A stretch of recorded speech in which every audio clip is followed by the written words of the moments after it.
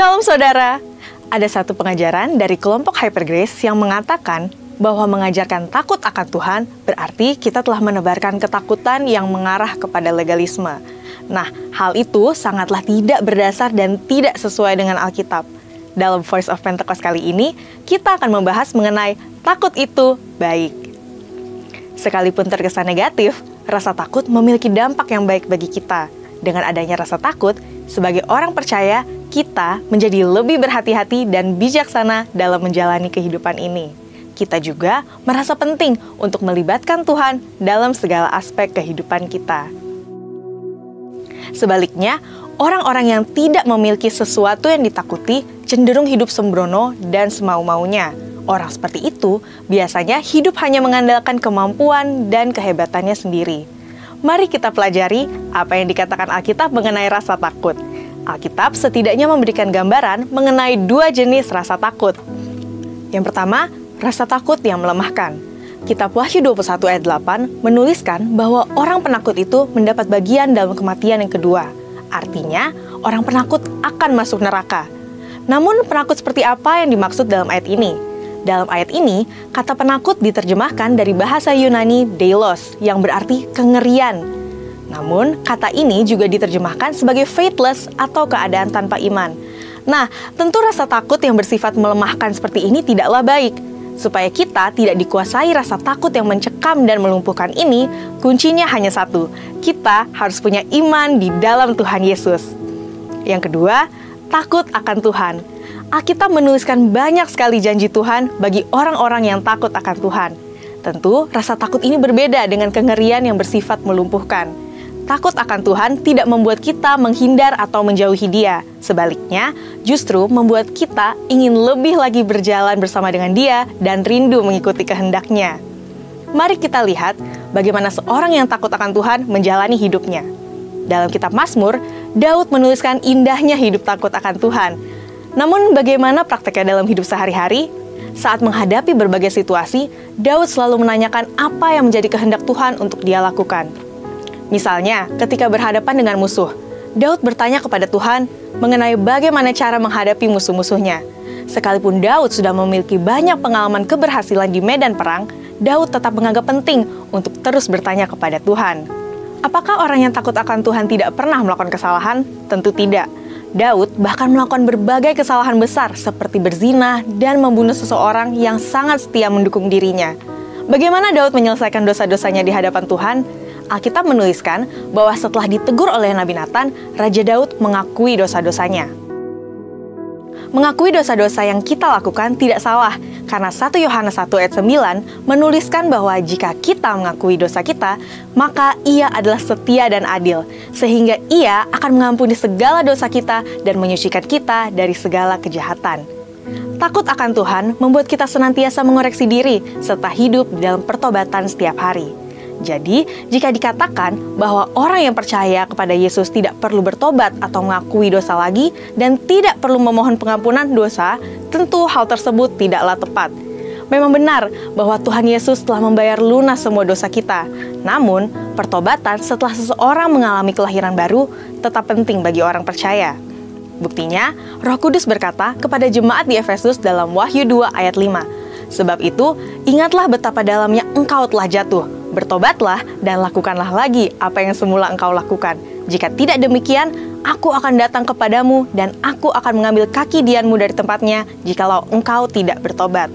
Jika orang percaya tidak perlu lagi bertobat karena mempercayai karya Tuhan Yesus yang sudah sempurna dalam dirinya, tentu pemahaman tersebut tidak tepat. Perhatikan bahwa Tuhan Yesus sendiri menegur jemaat di Efesus supaya bertobat. Dalam doa Bapa kami, kita juga diajar untuk meminta pengampunan kepada Tuhan setiap hari dengan berkata, "Ampunilah kami akan kesalahan kami, seperti kami juga sudah mengampuni orang yang bersalah kepada kami." Pertobatan penting untuk dilakukan oleh orang percaya, karena selama masih hidup di dunia ini, orang percaya pun masih bisa berbuat dosa. Syukur kepada Tuhan, darah Yesus menyucikan kita dari segala dosa. Pertobatan memberikan tempat bagi darah Yesus dan anugerahnya untuk menyucikan diri kita lagi. Dan pertobatan hanya bisa terjadi jika kita takut akan Tuhan. Tidak menjaga rasa takut akan Tuhan akan mengeraskan hati nurani sehingga sulit bertobat. Orang yang tidak bertobat bisa kehilangan keselamatan. Saudara, untuk penjelasan selengkapnya dari tim teologi kami, silahkan buka link yang ada di atas atau scan QR Code yang tersedia. Tuhan Yesus memberkati.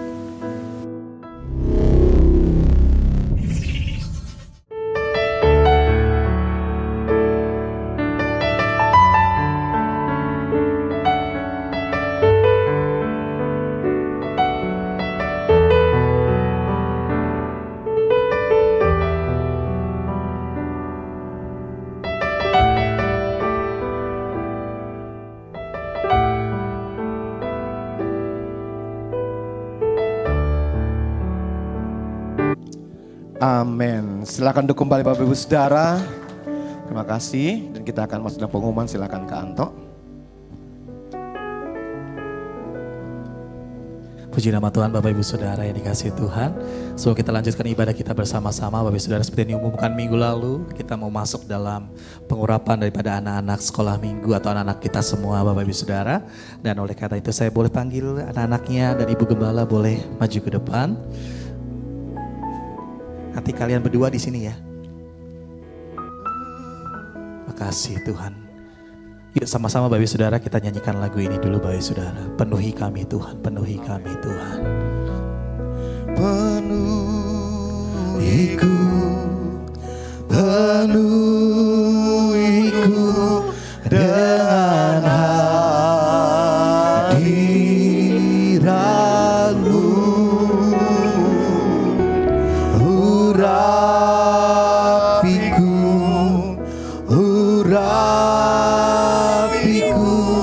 dengan minyak kudus-Mu.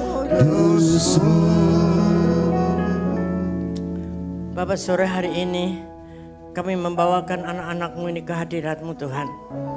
Di awal tahun biarlah Tuhan mengurapi mereka. Amin. Tuhan melindungi, Tuhan menjagai dengan malaikat-malaikat-Mu ya Tuhan. Biarlah kuasa-kuasa yang lain tidak bisa menyentuhnya. Engkau mau pakai anak-anak ini untuk kemuliaan nama-Mu, untuk menjadi alat-Mu di akhir zaman ini.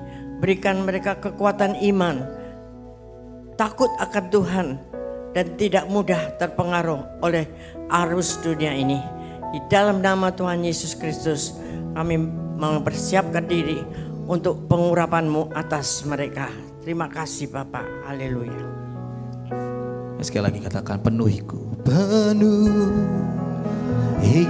Urapi ya Tuhan anak-anak. penuhiku dengan hadirat-Mu. Terima kasih Ibu Gembala.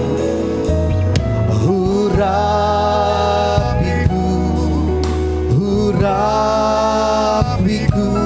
dengan minyak kudus-Mu.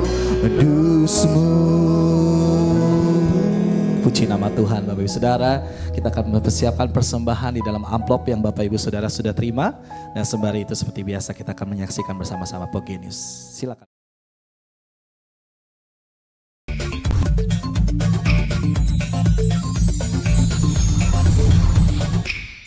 Shalom Bapak Ibu Saudara yang dikasihi Tuhan.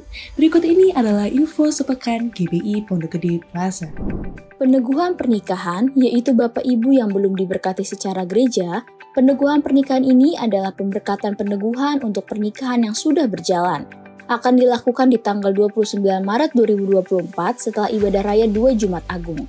Untuk info dan pendaftaran dapat hubungi sekretariat atau hotline. Pendaftaran terakhir hari Minggu 25 Februari 2024. Shalom Youth!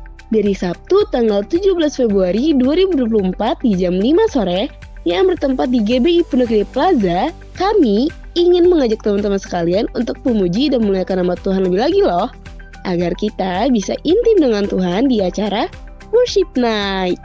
Ajak teman-teman kalian untuk bergabung bersama kami dalam keseruan ibadah ini. Untuk info lebih lanjut, dapat hubungi Instagram kami di @youthpoge. Kami tunggu kehadirannya ya. God bless you. Shalom adik-adik, berjumpa lagi dengan Pockets Ministry. Sekarang kita udah buka kelas di ibadah sore loh. Adik-adik datang ya. Untuk jam ibadahnya itu ada ibadah pertama pukul 7.30 pagi, ibadah kedua pukul 10 pagi, dan ibadah ketiga pukul 5 sore. Ditunggu ya kehadirannya adik-adik. Mari kita sama-sama memuji Tuhan. God bless you. Pockets Ministry, aku dan kau cinta Tuhan Yesus. Bagi Bapak, Ibu, saudara-saudari, dapat mempersiapkan persembahan sulung di tahun 2024 ini dengan mengisi amplop yang sudah diedarkan. Ibadah WBI Poge Plaza diadakan setiap hari Rabu pukul 2 siang. Baptisan Salam GBI Pondok Gede Plaza akan diadakan setiap bulannya pada minggu ketiga. Untuk keterangan lebih lanjut, dapat menghubungi sekretariat atau nomor hotline yang ada. Bapak, Ibu, dan saudara-saudari dapat bergabung di dalam KUL dengan keterangan hari, gembala KUL, dan alamat sebagai berikut. Rumah Doa GBI Pondok Gede Plaza diadakan setiap hari Jumat pukul 11 siang bertempat di GBI Pondok Gede Plaza. Rumah doa ini terbuka untuk jemaat yang ingin doa bersama. Sekian info sepekan GBI Pondok Gede Plaza. Terima kasih dan Tuhan Yesus memberkati. Ada satu pengumuman Bapak Ibu Saudara yang perlu disimak bersama-sama. Seperti biasa renungan harian hebat. Bapak Ibu Saudara bisa foto ataupun screenshot untuk nanti di layar YouTube. Ataupun nanti Bapak Ibu Saudara bisa lihat di media sosial GBI Pondok Gede Plaza. Untuk bacaan firman Tuhan dari hari ini sampai 1 minggu ke depan. Dan Bapak Ibu Saudara, saya ingin mengundang yang baru pertama kali hadir di tempat ini. Boleh lambaikan tangannya. Kami ingin menyambut Bapak Ibu Saudara yang baru pertama kali hadir. Apakah ada? Tidak ada? Oke, kalau tidak ada boleh kasih salam kanan kirinya. Katakan mari bangkit jadi teranglah. Puji nama Tuhan. Saya kembalikan kepada Kak Obed. Baik, terima kasih Kak Anto dan Bapak Ibu Saudara. Kita akan bawa persembahan kita pada sore malam hari ini. Kita sudah persiapkan dan kita akan doa terlebih dahulu. Tuhan Yesus, kami datang tempat ini tidak dengan tangan yang hampa, tetapi ada sesuatu yang kami persembahkan. Ada sesuatu yang kami tabur Tuhan untuk pekerjaan Tuhan di tempat ini. Dan kami pegang firman-Mu, lebih berbahagia berkat memberi daripada menerima. Dan kami sadar bahwa apa yang kami berikan asalnya daripada Tuhan Yesus sendiri. Biar Engkau berkati setiap tangan-tangan yang memberi, berkati setiap tangan-tangan yang akan mengelolanya. Sehingga semuanya dapat dipakai untuk hormat kemuliaan nama Tuhan Yesus. Kami siap memberi bagi Tuhan, yang siap memberi sama-sama katakan amin. Selamat memberi dan Tuhan Yesus berkati kita semua.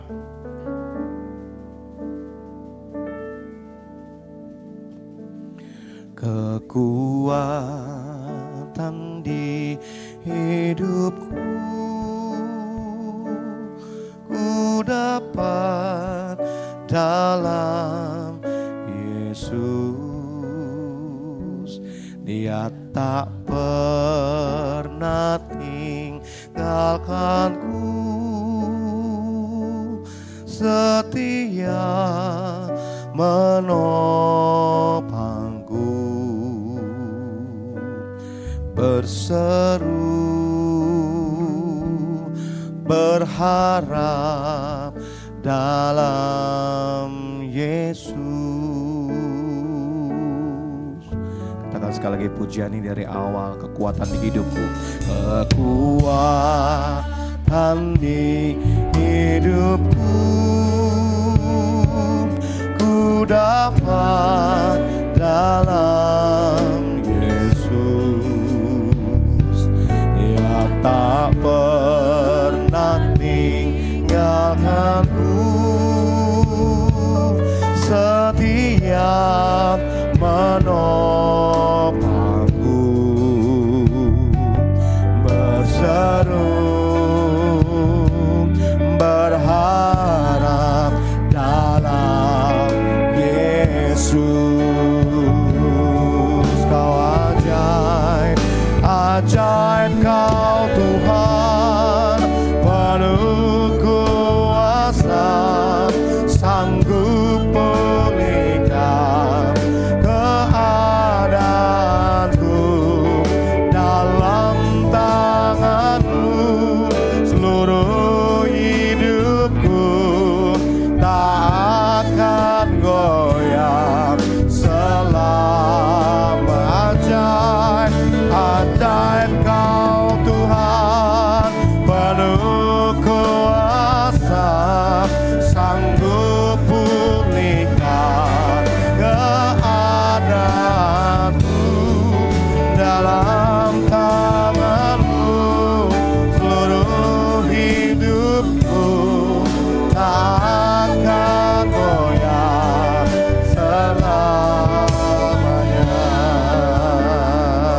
Dengan iman sekali lagi kita katakan pujian ini, kekuatan di hidupku.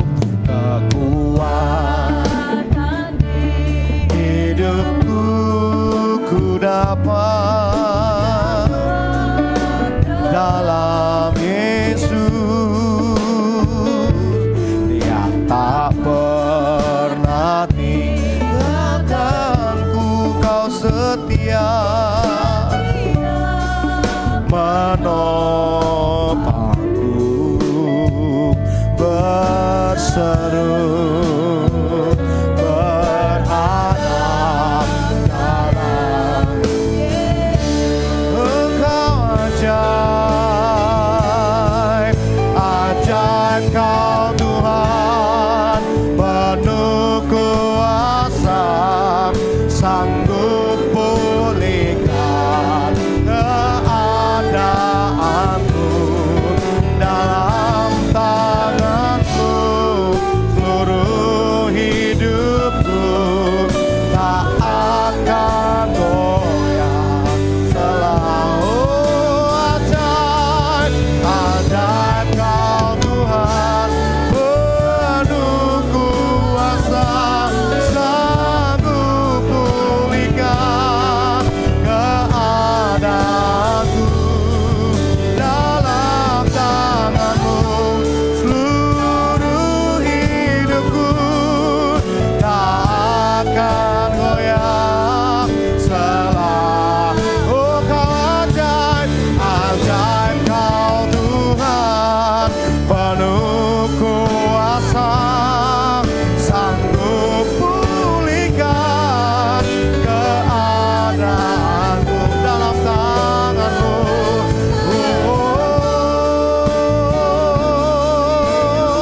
Takkan goyah. Biarkan musik saja terus megang pujian ini. Bersama-sama kita mau terus menyembah Dia. Oh,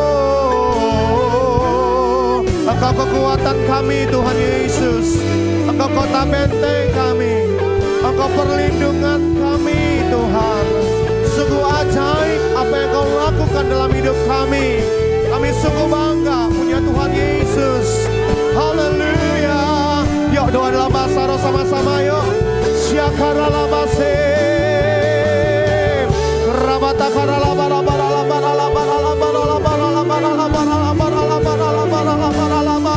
Biar sore hari Tuhan Engkau lawat setiap kami.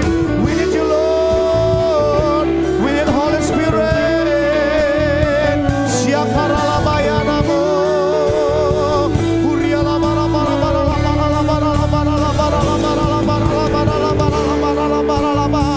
Yes Lord. Biar Engkau lawat setiap kami Tuhan, penuhi kami Bapa. Dari depan sampai belakang Tuhan, ada berjumpa pribadi. Haleluya. Oh syaralabase, hiaralabaramu.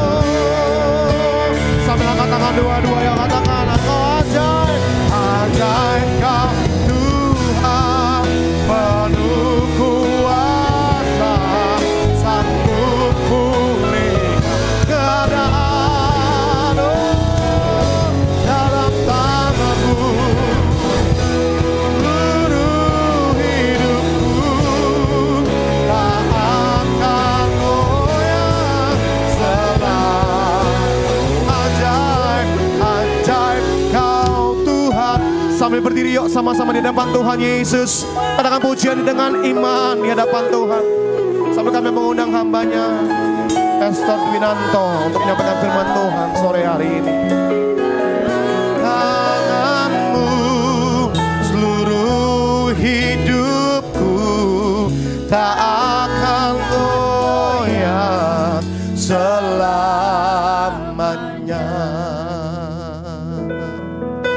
Tuhan penuh kuasa, sanggup pulihkan keadaanku, dalam tanganmu seluruh hidupku tak Bapak Ibu Saudara, kita katakan ajaib, ajaib Kau Tuhan, penuh kuasa, pulihkan keadaanku dalam tangan-Mu Tuhan. Tak akan goyah selama, tak akan goyah, tak akan goyah selama, tak akan goyah, tak akan goyah selamanya. Ayo berikan tepuk tangan bagi Tuhan Yesus. Tak akan goyah iman kami bersama dengan Tuhan. Yang percaya katakan amin. Amin, amin, amin. Tuhan, biarlah terus iman kami Tuhan terus berpegang teguh. Pengharapan kami Tuhan terus tertuju kepadamu Tuhan. Dan sore malam hari ini Tuhan, lawat setiap kami Tuhan. Kami semua yang hadir sore malam hari ini, hamba-Mu yang akan menyampaikan firman-Mu Tuhan. Setiap kami yang mendengarkan, biarlah setiap kami semua Tuhan Kau tutup bungkus dengan kuasa darah-Mu. Dan biarlah Roh-Mu bekerja atas setiap pribadi kami masing-masing Tuhan. Lawat kami sore malam hari ini Tuhan. Lawat kami sore malam hari ini. Tuntun kami Tuhan, berbicaralah atas setiap kami. Di dalam nama Yesus Tuhan. Mari yang siap mendengarkan firman Tuhan, sama-sama kita katakan amin. Sekali lagi berikan tepuk tangan Bapak Ibu Saudara. Saya akan duduk kembali Bapak Ibu Saudara yang dikasih Tuhan. Terima kasih tim pujian penyembahan. Brother, seperti biasa boleh dibantu. Iringin lembut aja ya bro, dari G aja ya. Wow. So, shalom Bapak Ibu Saudara. Sekali lagi shalom.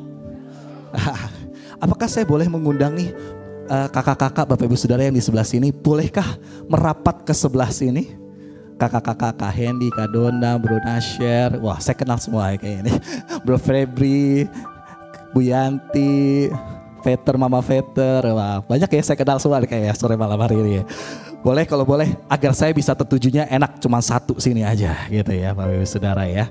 Jadi saya akan gak banyak moving gitu, jadi kameramennya akan terbantu.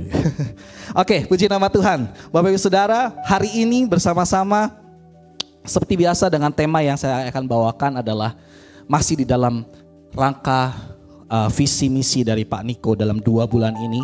GBI Pondok Gede Plaza kita mengambil visi misi Pak Niko, kita tekankan, kita olah, kita coba dalami lagi, renungkan lagi. Tetap dengan tema yang bersama-sama kita akan katakan dalam hitungan ketiga Bapak Saudara dalam slide ini. 3, 2, 1. Bangkit jadi teranglah. Jadi Bapak Saudara di next slide, gak secara kebetulan ada satu hamba Tuhan Pastor D. Dia memberikan ada beberapa nubuatan di tahun 2024 ini. Bapak Saudara bisa baca. Saya gak akan baca satu persatu. Boleh di next slide lagi. Nubuatan yang berikutnya dari nomor 6 sampai 10. Jadi Bapak Ibu Saudara, dari nubuatan-nubuatan ini kalau Bapak Ibu Saudara lihat tadi, perhatikan secara seksama. Pada 2024 ini ternyata mendukung apa yang menjadi tema atau visi daripada Bapak Pendeta Niko. Jadi kalau suara Tuhan itu ngomong, itu pasti sama ke semua hamba-hambanya. Yang setuju katakan amin.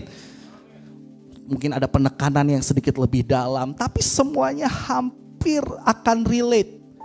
Semuanya seperti mata rantai yang akan terhubung, gak pernah terputus. Setiap hamba Tuhan yang benar-benar dengar suara Tuhan, pasti akan mendengar suara yang sama.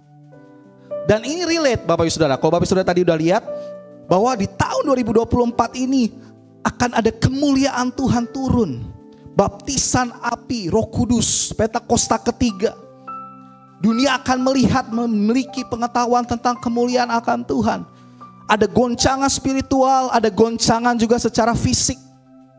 Ada tekanan, ada peningkatan gempa, Gunung Merapi dan lain sebagainya. Dan di 2024 ini gak secara kebetulan Pak Niko, Gembala Pembina kita, memberikan tema yaitu bangkit jadi teranglah. Kita akan baca ayat ya sekali lagi Bapak Ibu Saudara. Apa yang menjadi ayat tema dari bangkit jadi teranglah? Next slide. Yesaya 60 ayat 1-2. Boleh kita baca bersama-sama ya Bapak Ibu Saudara ya. Dalam hitungan ketiga, 1, 2, dan 3.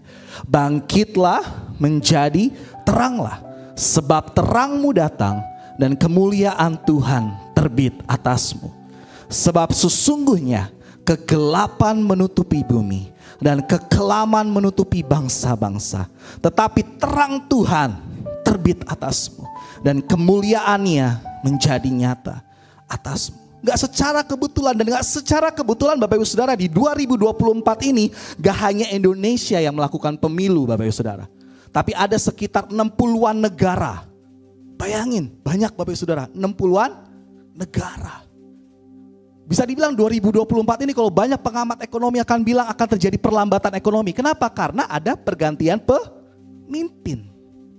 Mereka masih menunggu-nunggu siapa nih pemimpin yang akan terpilih.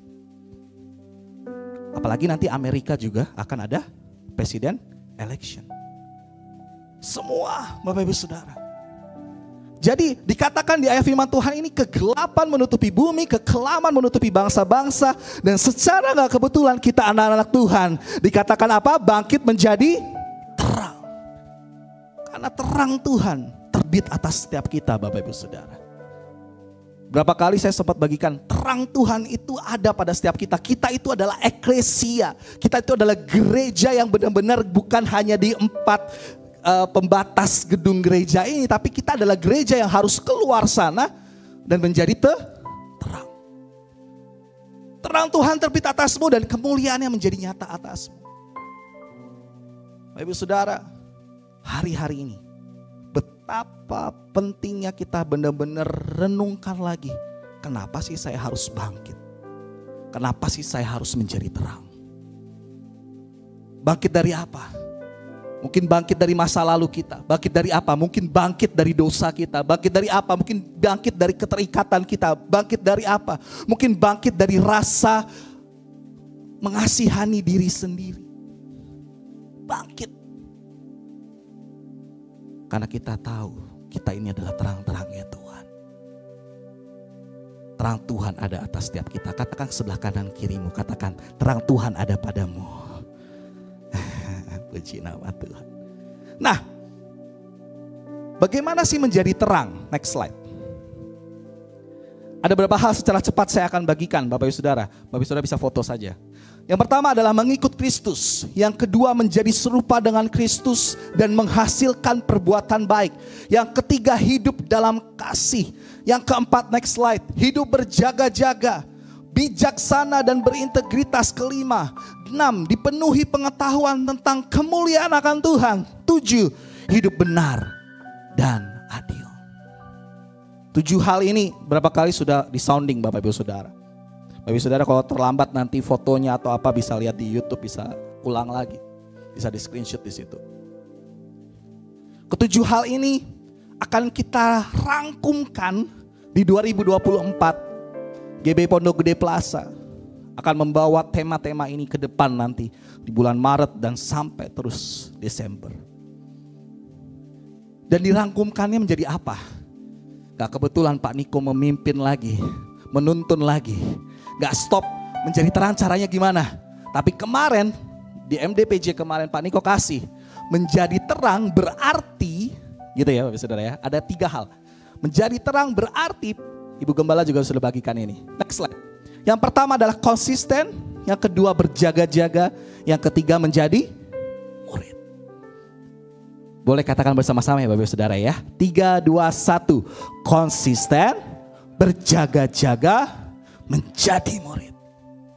Yang namanya menjadi terang itu harus konsisten. Enggak, kalau Bu Gem bilangnya apa kemarin? Ngebiap-biap. Ada saya. Orang Jawanya Jawa gadungan Bapak Saudara. Jadi gak kayak, ini lampu ini kadang-kadang suka mati suka nyala. Bukan salah lampunya, mungkin salah itunya, tempat ya. Bahkan ini sebenarnya nyala, tapi redup banget. Gak biap-biap gitu, gak redup, gak terang, gak redup, gak terang. Atau kayak lampu disco gitu. Mati nyala, mati nyala, mati nyala. Tapi harus konsisten. Konsisten. Menjadi terang itu harus konsisten. Ini hal yang bisa dibilang keras Bapak Ibu Saudara. Maksudnya keras itu dalam arti kata makanannya keras. Gak gampang loh konsisten, setuju Bapak Ibu Saudara? Gak gampang loh kalau misalkan kita mau mengucap syukur di tengah-tengah kesulitan. Gak gampang loh kita mau baca firman Tuhan setiap pagi, setiap hari. Gak gampang loh kita mau doa sama keluarga setiap hari. Gak gampang loh kita mengucap syukur. Gak gampang kita mau minta tuntunan Tuhan. Tuhan, katanya firman Tuhan, katanya lagunya begini. Bila engkau tak besertaku, ku tak mau berjalan. Nyanyinya gampang, ngelakuinnya susah. Makanya yang pertama menjadi terang, konsisten. Yang kedua berjaga-jaga secara cepat. Berjaga-jaga berapa kali diteruskan tadi pagi juga Pak Agus juga menghagikan hal yang sama, cuma diambil dalam Wahyu begitu. Yang ambil dalam tentang bagaimana penglihatan Yohanes untuk jemaat-jemaat. Bagaimana kita harus menjadi jemaat Smyrna dan Philadelphia kalau nggak salah. Benar ya? Smyrna dan Philadelphia. Yang terus menjaga-jaga, menyala-nyala. Berjaga-jaga gampang Bapak Ibu Saudara?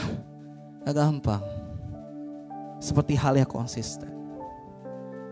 Kita kadang-kadang, udahlah ntar aja. Doa ntar aja.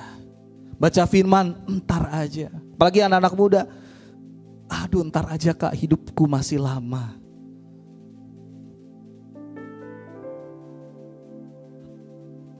Menjadi murid. Yang ketiga. Yang namanya murid berbeda dengan penonton. Kemarin sudah disaksikan. Saya kemarin bagikan ke anak-anak teens. Yang namanya murid berarti harus diajar. Kalau kita nggak mau diajar berarti kita bukan murid.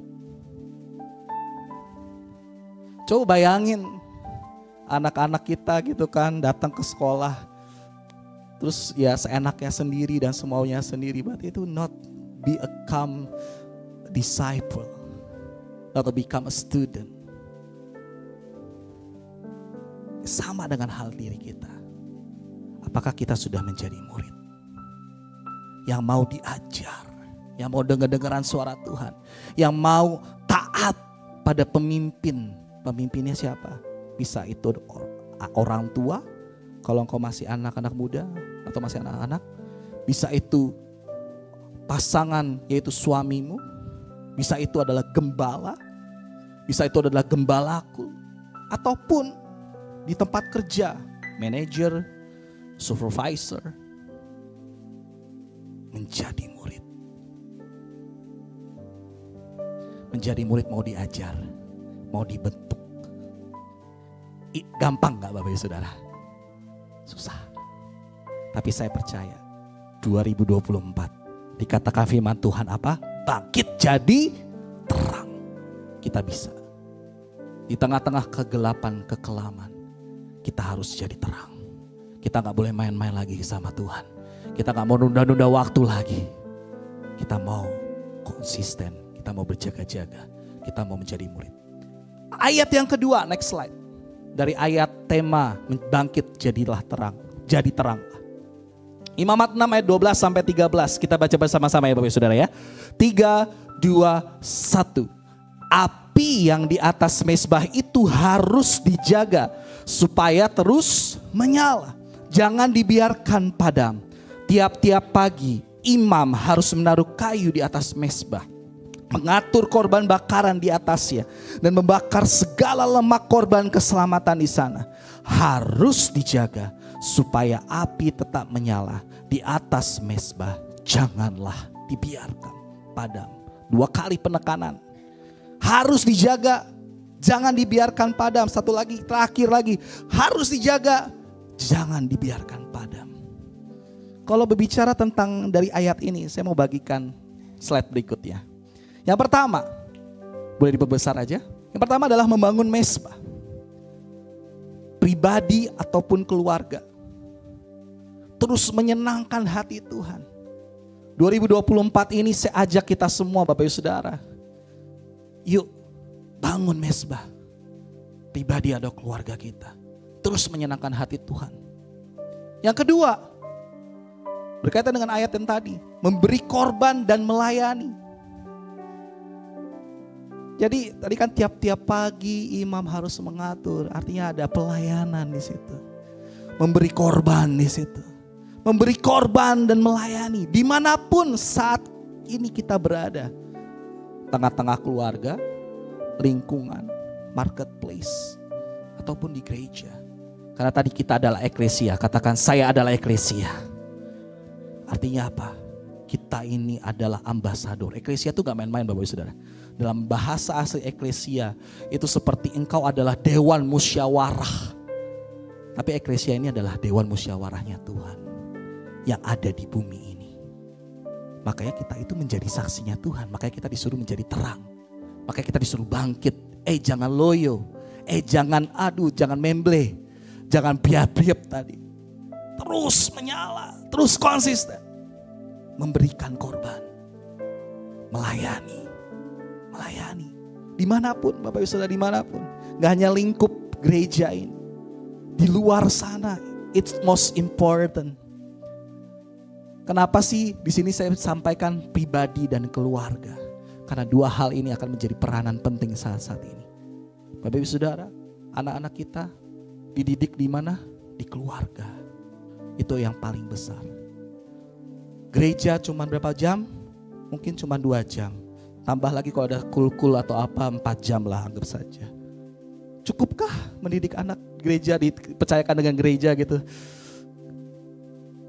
Sekolah, kalau di sekolah mereka emang banyak. Tapi kalau misalkan mereka gak punya dasar-dasar yang bagus di rumah, apakah mereka bisa menjadi murid di sekolah? Adanya kalau enggak dimarahin gurunya terus. Belum punya anak tapi puji Tuhan, istri saya seorang guru. Jadi tahu lah gitu. Ayo Bapak Saudara, 2 hal ini, mesbah pribadi, mesbah keluarga, memberikan korban, melayani di tengah-tengah manapun saat ini kita ada. Dan dari hal-hal tersebut, dari kedua ayat tema dari bangkit jadi teranglah, saya akan masuk ke dalam yang biasa ada di Pondok Gede Plaza, yaitu ada 4 pilar. Kalau Bapak Saudara masih ingat, boleh next slide. 4 pilar atau 4 action. Ini adalah satu logo yang diperbaharui. Jadi kita benar-benar, ayo kita lakukan 4 action ini. Apakah itu 4 action? 4 action itu intinya adalah tadi menjadi gereja keluar. Bukan di dalam, keluar. Nah, ada 4 pilar dalam 4 action ini. Yang pertama adalah menjadi prajurit Tuhan. Mau gak pribadi-pribadi kita bangun diri kita untuk jadi prajurit Tuhan? Untuk apa? Untuk menjadi terang tadi. Menjadi prajurit Tuhan di tengah-tengah keluarga, para imam, kepala keluarga. Mau gak berdiri buat keluarga? Istri-istri mau gak menopang keluargamu? Anak-anak mau gak menghormati orang tua? Menjadi prajurit. Itu bagian dari menjadi prajurit Tuhan. Yang kedua, menjaga kesatuan hati. Mau gak kita jaga kesatuan hati di tengah-tengah keluarga kita? Pasangan, suami istri, ayah, anak, orang tua, anak. Mau gak kita menjaga kesatuan hati di lingkungan gereja GBI Pondok Gede Plaza, karena kita adalah keluarga yang setuju katakan amin. Mau gak kita menjaga kesatuan hati di tengah-tengah pekerjaan, di tengah-tengah sekolah, di tengah-tengah lingkungan tempat tinggal kita.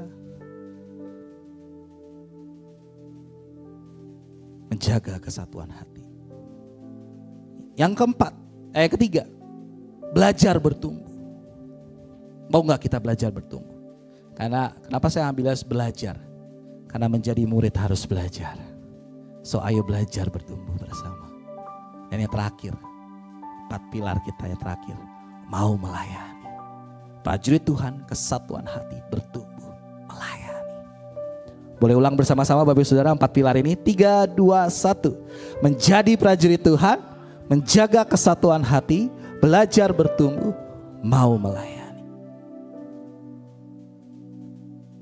Dan hal ini semua saya package ke dalam satu firman Tuhan, atau di dalam firman Tuhan di ayat berikut ini Bapak Ibu Saudara. Yeremia 9 ayat 23 sampai 24. Beginilah firman Tuhan. Janganlah orang bijaksana bermegah karena kebijaksanaannya. Janganlah orang kuat bermegah karena kekuatannya. Janganlah orang kaya bermegah karena kekayaannya. Tetapi siapa yang mau bermegah, baiklah bermegah karena yang berikut. Perhatikan. Bahwa saya memahami dan mengenal Tuhan. Aku di sini hanya huruf besar. Bahwa akulah Tuhan yang menunjukkan kasih setia, keadilan dan kebenaran di bumi. Sungguh semuanya itu kusukai. Demikianlah firman Tuhan. Knowing God is more important than knowing everything. Lebih penting kenal Tuhan kita daripada kita tahu semuanya yang ada di bumi ini. Karena apa? Bermegahlah ia kalau ia memahami, kalau kita memahami dan mengenal Tuhan. Yang mau boleh katakan amin.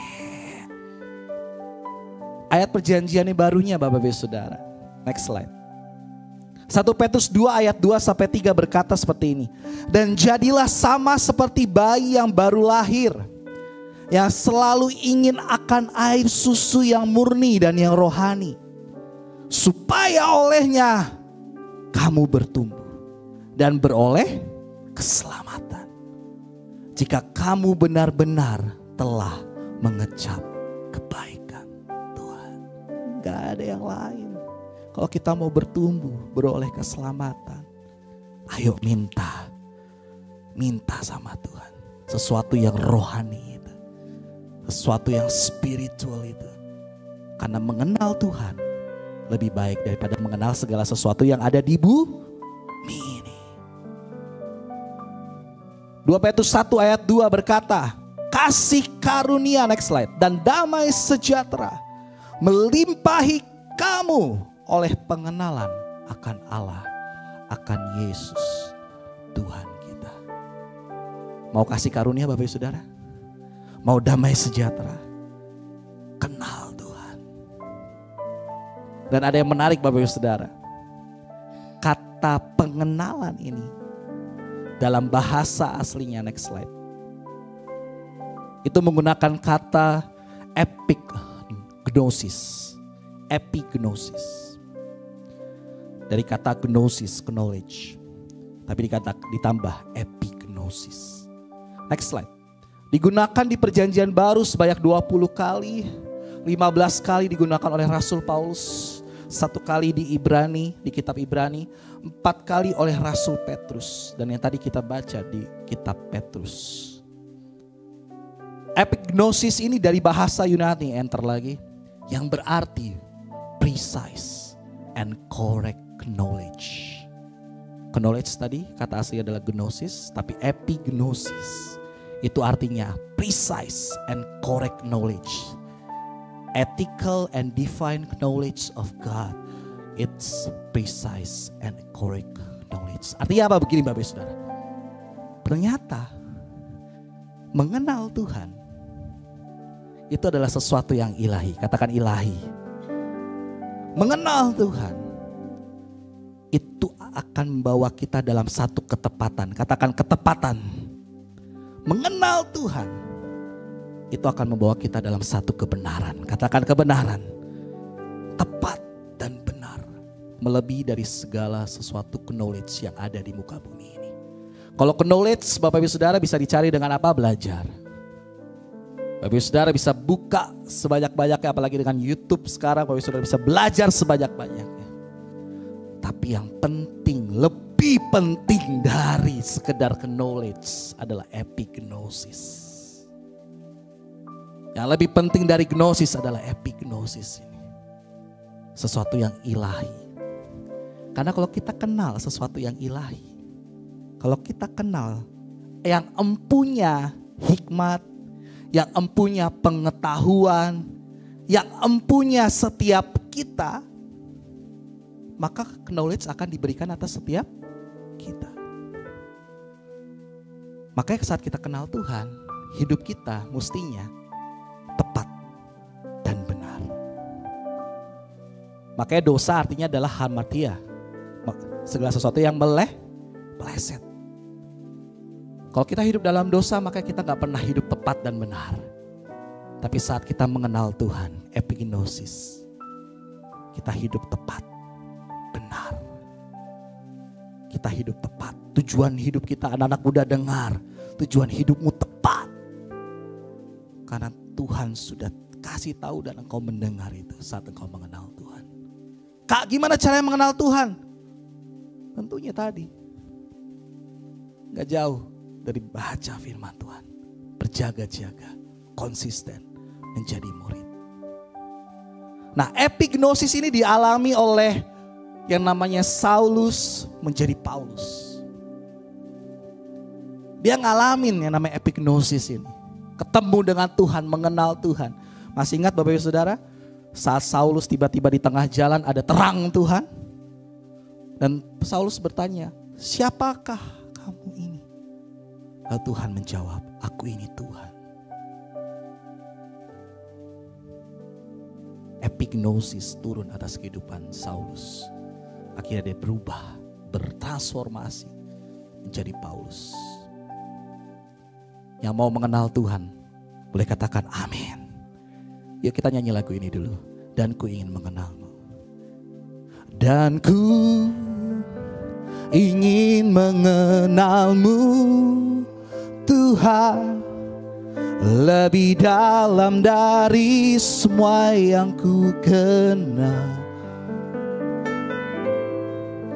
Tiada kasih yang melebihimu. Ku ada untuk menjadi penyembahmu.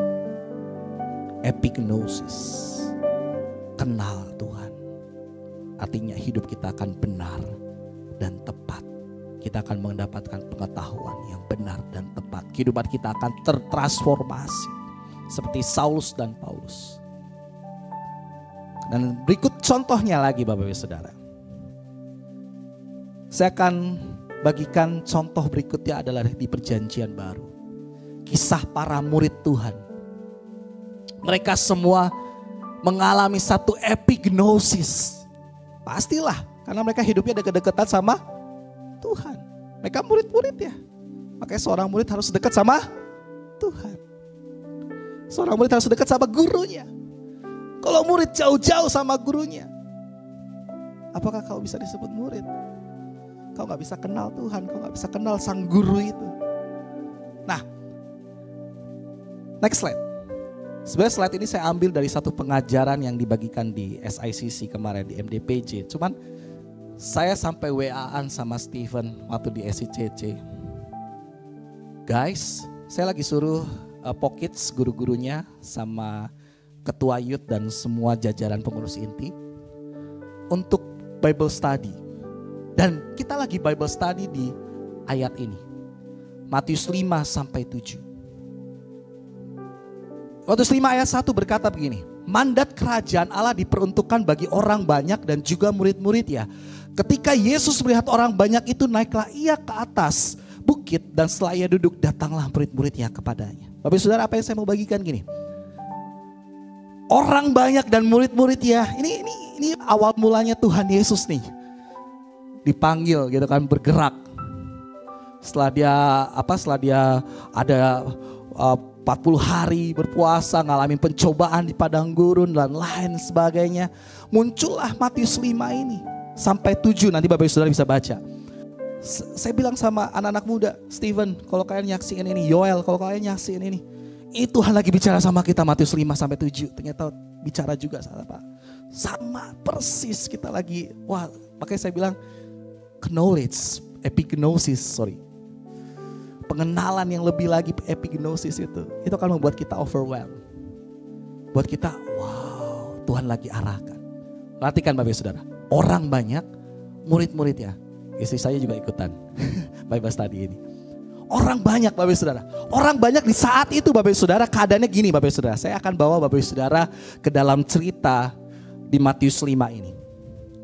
Orang banyak itu keadaannya adalah mereka itu tertindas. Mereka itu sedang dijajah oleh namanya bangsa Romawi. Mereka itu sedang dalam tekanan. Orang banyak itu tapi berkumpul, ngikut Tuhan. Dan disitulah mereka ngalamin epignosis. Bisa dibilang gini Bapak Ibu Saudara. Mungkin kalau kita lagi tertekan, mungkin kalau kita lagi dalam kesusahan, yuk alami Tuhan. Epignosis. Terus ada lagi murid-murid. Ya. Saya gak tahu bagiannya Bapak Ibu Saudara ada di murid-murid ya atau orang banyak. Tapi intinya satu. Mau epignosis. Ngalamin kebenaran itu. Ngalamin perjumpaan ilahi. Next slide. Matius 5 sampai 7 berisikan. Saya ajak Bapak Ibu Saudara untuk ikuti ini juga deh kalau boleh. Nanti baca di rumah ya. Matius 5 sampai 7 berisikan standar etika dan moral yang sangat tinggi yang harus diraih, diusahakan dan diperjuangkan oleh orang percaya anggota kerajaan Allah. Siapa anggota kerajaan Allah di sini boleh angkat tangannya? Yes, that's we are. Jadi kalau Bapak Ibu Saudara mau tahu apa sih tugas kita? Apa sih mandat kerajaan Allah? Tugas kita sebagai eklesia, di ambasadornya, dewan musyawarahnya Tuhan. Matius 5 sampai 7, khotbah di bukit. Itu dalam Bapak Ibu Saudara, dalam. Next slide. Mandat kerajaan ini diberikan kepada orang banyak dan murid-muridnya. Untuk apa? Untuk biar semua terus berjuang untuk naik kelas. Untuk apa? Semua harus terus berjuang sehingga pada akhirnya memiliki keserupaan dengan Kristus. Yaitu melalui proses tadi epignosis tadi. 2 Korintus 3 ayat 18 dalam terjemahan baru 2 mengatakan kita semua mencerminkan kemuliaan Tuhan dengan muka yang tidak terselubung. Karena kemuliaan itu datangnya dari Tuhan yang adalah roh. Kita sedang diubah menjadi serupa dengan gambarnya. Dalam kemuliaan yang semakin besar. Epignosis. Serupa dengan gambar. Mengenal pribadinya. Next slide. Matius 5 ayat 20. Terjemahan baru 2. Saya akan terus baca secara cepat Bapak Ibu Saudara. Ini adalah salah satu atau beberapa yang akan menjadi penekanan apa saja sih pengajaran mandat kerajaan Allah. Aku berkata kepadamu jika hidupmu tidak lebih benar daripada ahli-ahli Taurat dan orang-orang Farisi, sesungguhnya kamu tidak akan masuk ke dalam kerajaan surga. Apa artinya ahli-ahli Taurat, orang-orang Farisi? Artinya mereka tahu firman Tuhan tapi mereka gak melakukannya. Mereka hypocrites, alias dalam bahasa Indonesia munafik. Keras ya Bapak Saudara ya. Yuk saya ajak kita semua yuk. Kita benar-benar jadi murid ya Tuhan. Yang mau katakan amin. Matius 5 ayat 28 terjemahan baru 2. Namun aku berkata kepadamu setiap orang yang memandang perempuan hingga menginginkannya sudah berzina dengan dia di dalam hati. Ini salah satu contoh.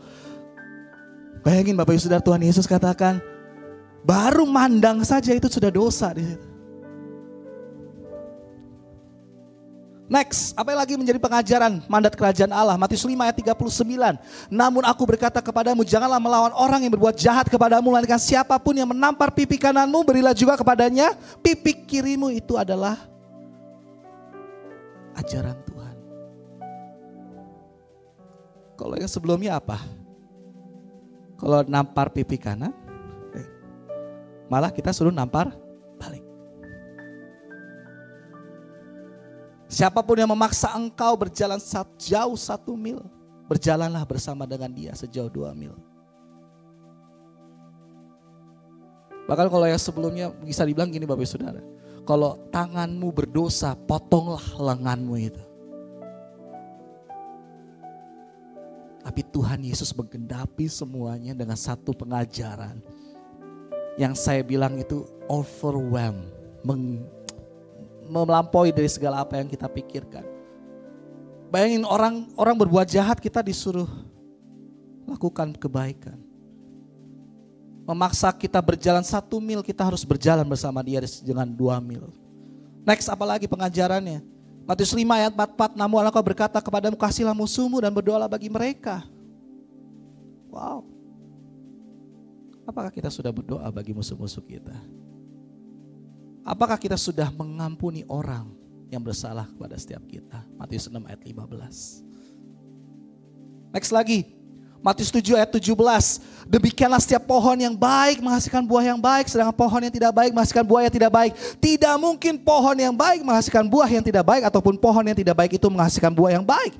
Setiap pohon yang tidak menghasilkan buah yang baik akan ditebang dan dibuang ke dalam api. Kita yang mana Bapak Saudara? Kita tetap ada di dalam pohon yang itu atau enggak? Pohon yang itu maksudnya apa? Tuhan Yesus. Atau kita udah jauh dari Tuhan Yesus sehingga kita gak bisa berbuah yang baik. Pengajaran berikutnya Matius 5 ayat 13, kamu adalah garam dunia. Terus habis itu Matius 5 ayat 16, demikianlah hendaknya terangmu bercahaya. Matius 7 ayat 21, bukan setiap orang yang berseru kepadaku Tuhan, Tuhan akan masuk ke dalam kerajaan surga, melainkan orang yang melakukan kehendak Bapakku yang di surga. Epignosis. Saya ajak Bapak Saudara dalam beberapa waktu ini, seminggu 2 minggu ke depan, atau masuki nanti mengakhiri bulan Februari, yuk baca yuk Matius 5 sampai 7, pasal 5 sampai 7. Dan terakhir Bapak Saudara, saya mau menyelipkan ini sedikit. Sebagai murid, saya mau kasih himbauan ini. Jangan lupa kita milih nanti tanggal 14 Februari. Jangan golput. Mungkin di sini ada yang belum tahu apa aja yang kita pilih. Itu ada kertas suaranya, ada 5. Jangan sampai salah coblosnya. Ada yang DPD, ada yang DPR, ada yang DPRD. DPRD aja ada 2, ada provinsi, ada kota. Sebenarnya saya sendiri aja juga bingung Bapak Saudara. Teman, ayolah sebagai warga negara, coblos. Saya nggak kampanye ya, tapi saya menganjurkan kita untuk semua tidak golput. Karena inilah tugas kita sebagai warga negara kerajaan Allah. Katakan amin. Yang mau epignosis, boleh ditutup slide ya. Yang mau ngalamin epignosis, ayo tundukkan kepala kita. Ambil sikap doa kita. Saya mengundang well singers memusik. Ngomong sama Tuhan hari ini. Tuhan, aku mau mengenal-Mu. Tuhan, aku mau mengenal. Dan ku ingin mengenal-Mu, Tuhan, lebih dalam dari semua yang ku kenal. Tiada kasih yang melebihi-Mu. Ku ada untuk menjadi penyembah-Mu, dan ku ingin mengenal-Mu, Tuhan, lebih dalam dari semua yang ku. Tiada kasih yang melebihi-Mu. Ku ada untuk menjadi penyembah-Mu. Dari awal Bapak Saudara, kita katakan bersama-sama, bila ku buka mata dan lihat wajah, ku terkagum. Bila melihat hidupku dan karya tanganmu, ku tersanjung. Karena semua yang baik dalam hidupku, itulah karyamu. Kau beri kesempatan yang baru, dan ku ingin mengenalmu Tuhan lebih dalam dari semua yang ku kenal. Tiada kasih yang melebihimu. Ku ada untuk menjadi. Mari kita bangkit berdiri bersama-sama, nyatakan. Dan ku ingin mengenalmu Tuhan lebih dalam dari semua yang ku kenal. Tiada kasih yang melebihimu. Ku ada untuk, sekali lagi Bapak Saudara katakan, dan ku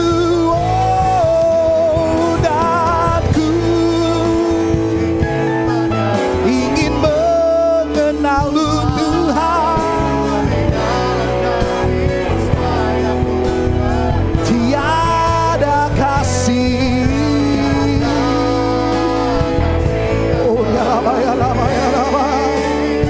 Ayo dengan penuh kerinduan Bapak Ibu Saudara, ayo berdoa. Yang sudah bisa berdoa dalam bahasa roh, berdoa dalam bahasa roh.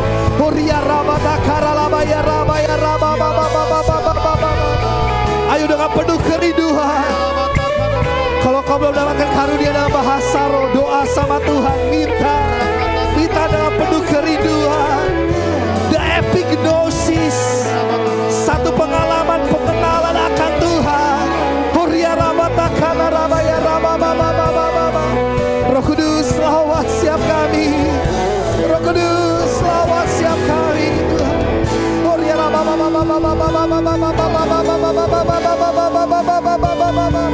Biar sore malam hari ini Tuhan menjadi langkah awal kami mengalami epignosis, perjumpaan dengan Tuhan, pengenalan lebih dalam lagi kepada Tuhan.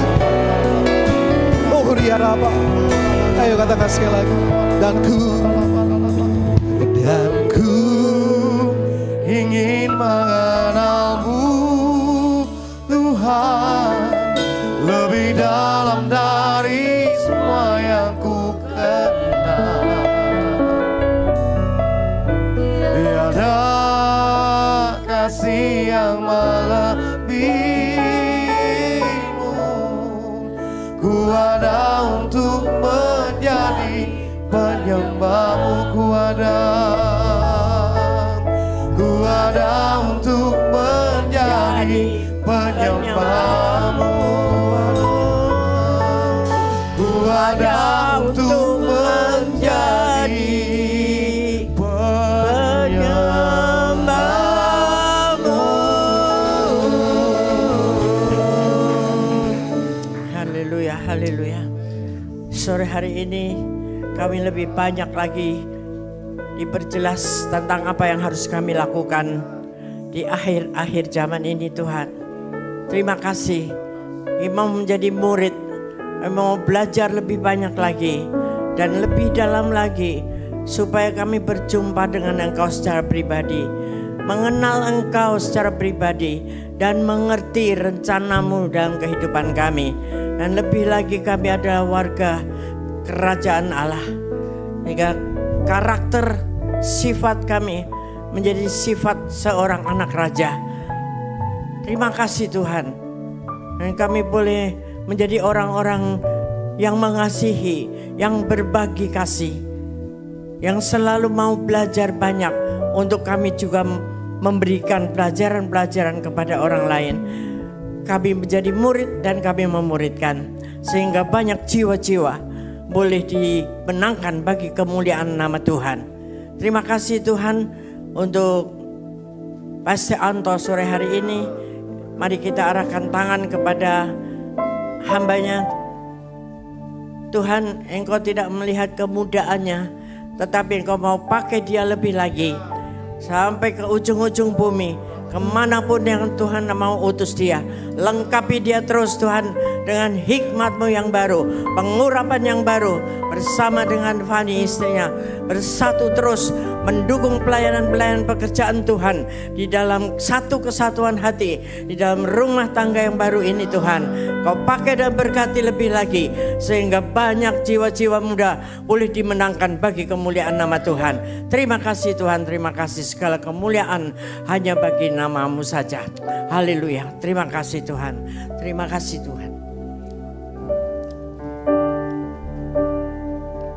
Terima kasih Tuhan untuk kasih setia-Mu yang Ku alami dalam hidupku.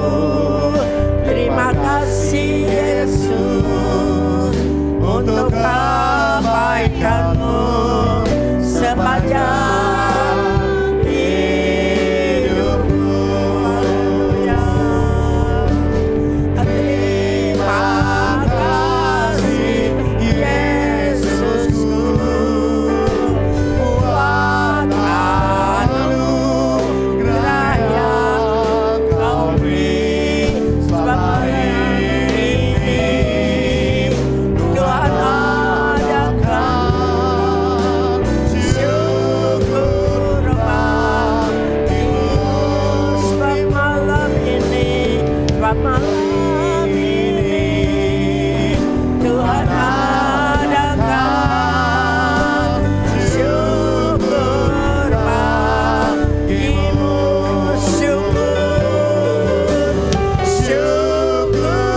bagimu.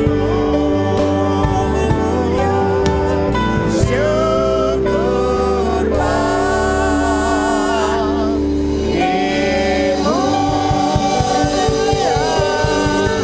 Ya Rabbi, ya Rabbi, Sikha Rabbi, ya Rabbi. Terima kasih Tuhan untuk anugerah-Mu yang kami terima pada hari ini. Firman yang menjadi penunjuk jalan bagi kehidupan kami. Biarlah Engkau tolong kami untuk melakukannya di dalam kehidupan kami. Terima kasih Bapa, dan kami siap hati untuk membawa pulang berkat-Mu pada malam hari ini, yaitu berkat damai dan sejahtera yang berlimpah-limpah, kasih dan anugerah Allah yang dahsyat dalam kehidupan kami. Dan kami terus berjanji lebih hari, lebih intim dengan Tuhan, mendengarkan Engkau secara pribadi dan menjadi berkat bagi banyak orang. Di dalam nama Tuhan Yesus Kristus, terima semuanya ini. Haleluya. Amin. Sohi Tuhan, sahabat hari Minggu, Tuhan berkati. Sebab Kau besar